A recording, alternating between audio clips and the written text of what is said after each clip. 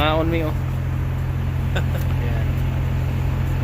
Welcome sa aking YouTube channel. Maniud to mi, ang oras karon ay sa oras karon ba? Ito na ang ating larang manok, mga idol. Nakakain na kami mga idol.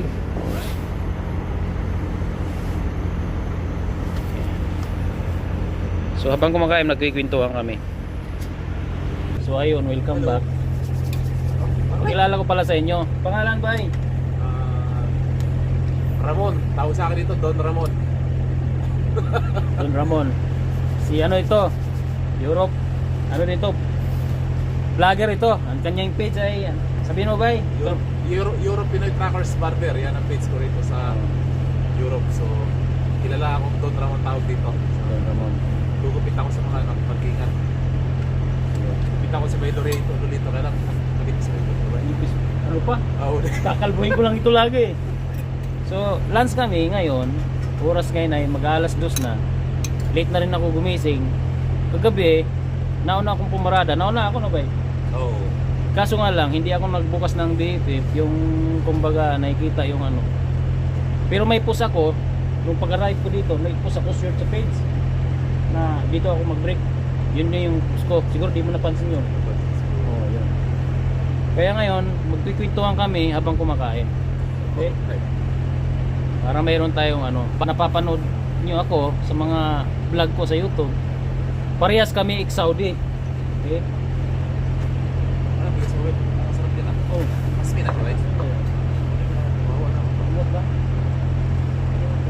Ako yung gusto rin. Yan, may rice cooker mo ba? Ang rice cooker na ako. Kaya ano kay... Napurita lang na ako ni Bay. Ilambay na sa basurahan sa bulan. Kumana. Kumana. Ilambay na ba nila ako ba? Ayan. So yan ako, andar na. Yung sinasabing ano. So ayan, unang subo. So, usok-usok sa init, no? Waray-waray good kay may adatang lad, oh. Kita nila. Kain tayo. Kain na.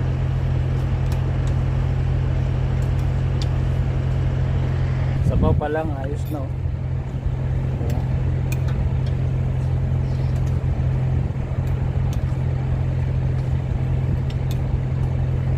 Nung nasa Saudi ka ba, anong company mo?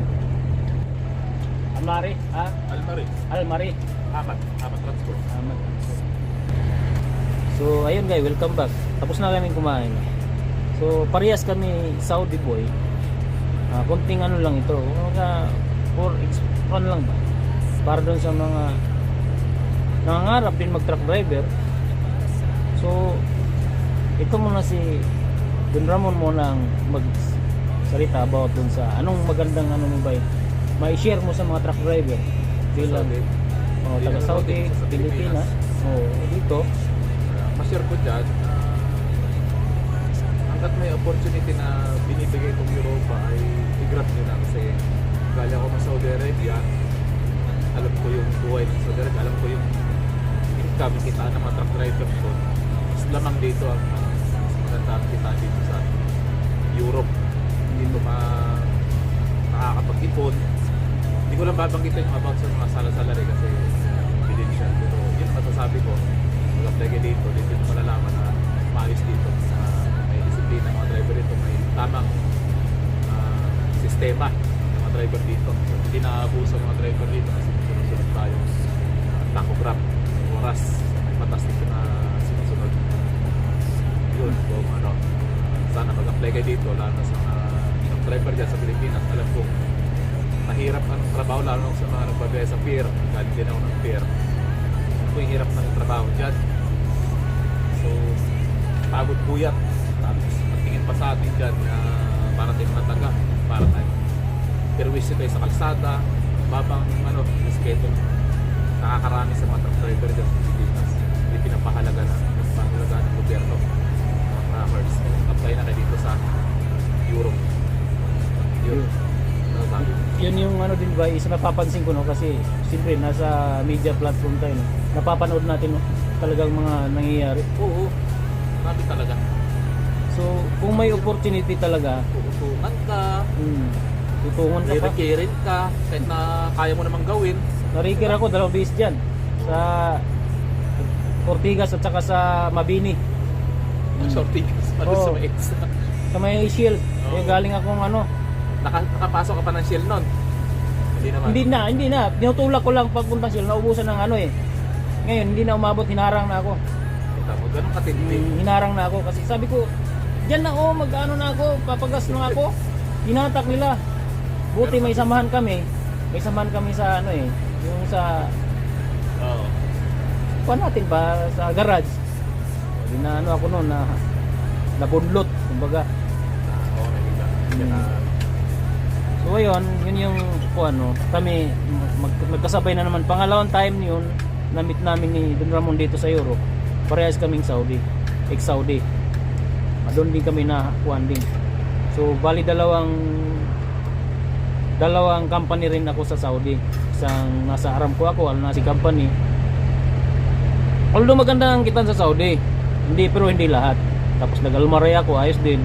Sa Almaray, hindi ako na cross country. Pa7 taon ako, almost 13 years ako sa Saudi. Dito ko rin natamasa yung maayos na ano. Kumbaga nakaluwag sa pamilya ko. Nakakatulong, kumbaga. So, huwag na kayo mag-ilinlangan kung saan man yung tibok ng puso nyo. Huwag kayong matakot. Ito yun sa ano ko ba yung trabaho dito Kasi natatakot sila kasi ang hirap pala dyan.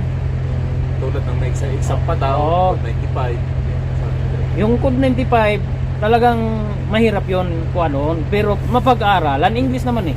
Focus mo lang. Hindi pwedeng hindi kayo makakapasa kayo. Marami kaming mga kasama dito na kumbaga naipasa din naman.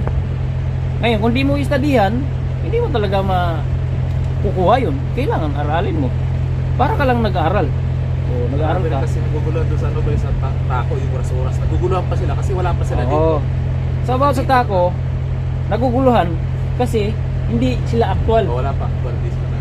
Huwag kayong maguluhan. Dito na kayo. Pag nandito kayo, kaya nga sabi ko sa mga tropa minsan nagko-comment, huwag nyo intindihin na muna yan. Pangarapin nyo muna makarating kayo dito Yun. bago nyo intindihin ang lahat, di ba? Tama ako ba? Tama. Kasi marami mag-assist dito ng mga Filipino truckers dito sa Europe. Tatawag. Ako, open yung messenger ko. Ang dami na rin nagtatanong dyan. Pati message, email. Sabi ko, kung available naman ako, sasagutin ko. Marami tumatawag. Ayan, tumatawag sila sa akin. Kaya yun. Basta, bilang ilang taon na rin kami dito sa Europe, dito ko talaga naramdaman. Kaya sinishare natin na gusto natin silang hilahin pataas, hindi hilahin pababa para makatulong pa sa kasi galing tayo ng Saudi, alam natin yung trabaho sa Saudi, alam natin yung kitaan doon. Kaya punta tayo dito, alam natin mas better naman pala dito, di ba? Gusto natin silang i-encourage na mag-apply na rin dito. Mas na kanila Saan nilang choice? Kung saan sila paralin?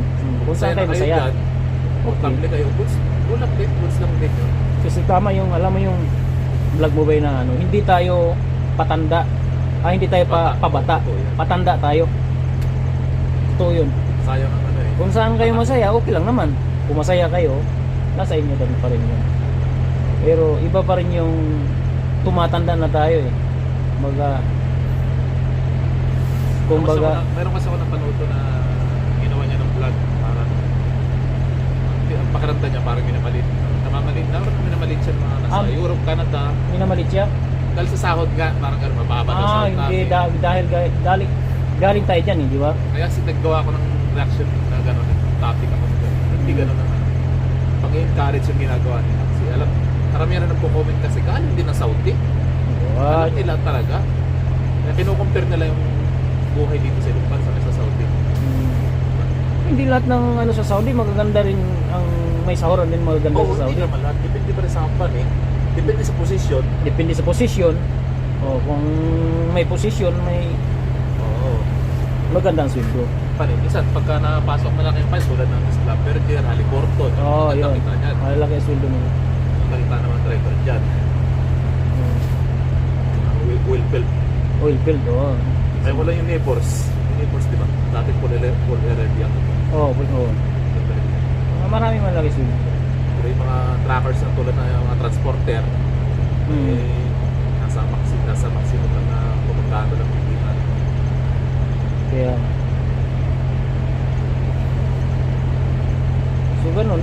lang, kumbaga, try nyo lang mga buddy.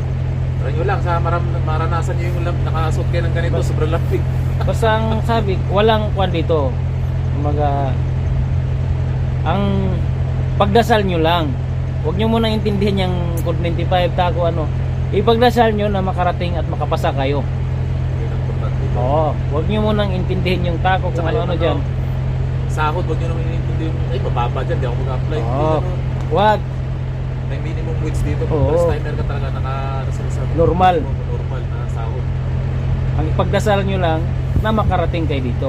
Ngayon, pag nakarating kayo at hindi nyo gusto yung company, open dito. Tapusin nyo lang yung kontrata Oo. sa maayos na paraan. Pwede kayo magpaalam sa maayos na paraan, kako, ganun. Sa freedom naman to, democracy itong lugar na to. Oo. Tulad ng Kung ayaw mo na, o boss, hindi ko na gusto yung ano mo, paalam ka, ganun lang. May Ano lang. nakita akong opportunity na maganda sa kabila. Oo. Yes na yun. Sa ngayon ha, dati pwedeng nagtakas-takasan lang. Okay, okay noon, pero ngayon medyo nagkahigpitan. Tapusin yung kontrata ba, yun the best, no? Higpit na ngayon. So, tapusin yung kontrata.